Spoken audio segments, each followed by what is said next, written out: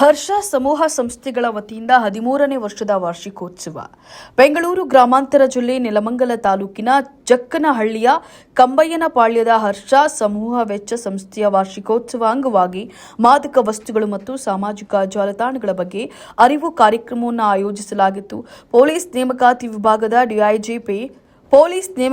ವಿಭಾಗದ ಡಿಐಜಿಪಿ doctor M Anucheth ವಿದ್ಯಾರ್ಥಿಗಳು ಮತ್ತು ಪೋಷಕರಲ್ಲಿ ಮಾದಕ ವಸ್ತುಗಳ ಬಳಕೆಯಿಂದಾಗುವಂತಹ ಪರಿಣಾಮಗಳ ಕುರಿತು ಜಾಗೃತಿಯನ್ನು ಮೂಡಿಸಿದರು.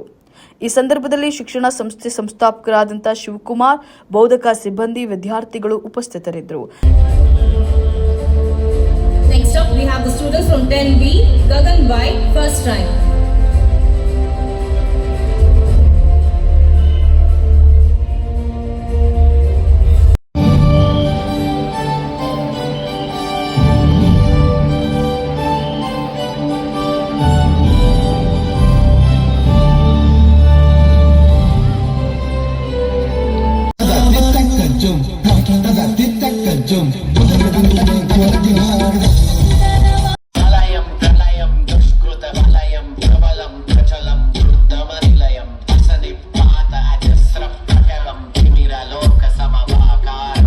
And competence makes her truly deserving of this honor.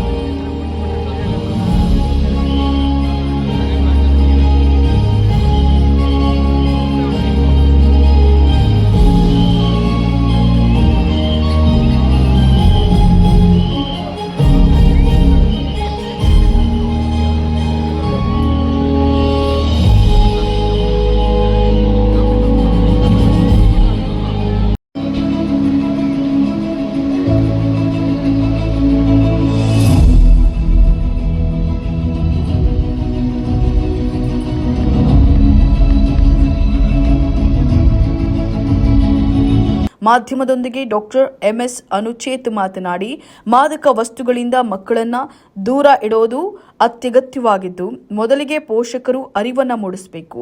ಅಗತ್ಯ ಇರುವಷ್ಟು ಮಾತ್ರ ಸಾಮಾಜಿಕ ಜಾಲತಾಣವನ್ನು ಬಳಸಬೇಕು.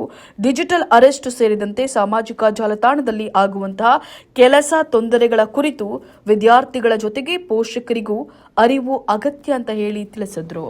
ಎಲ್ಲ ಪೋಷಕರಿಗೆ ವಿಶೇಷವಾಗಿ ನಾನು ಹೇಳಿದಂತ ಹೇಳಿದ್ರೆ, ನಾವು ಎಚ್ಚರಾಗಿರ್ಬೇಕು.